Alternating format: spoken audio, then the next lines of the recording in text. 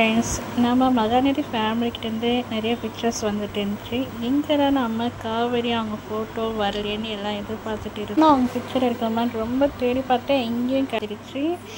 Green colour சாரியில் அவ்வளோ அழகாக இருந்தாங்க. நீங்களே பாருங்கள், க்ரீன் கலரில் ரொம்ப பியூட்டிஃபுல்லாக ஒரு சாரி கட்டியிருக்காங்க. அக்கா 2 பேருமே அவ்வளோ அழகாக இருந்தாங்க. அவ்வளோ அழகாக அவ்வளோ க்யூட் பேராக இருந்தாங்க.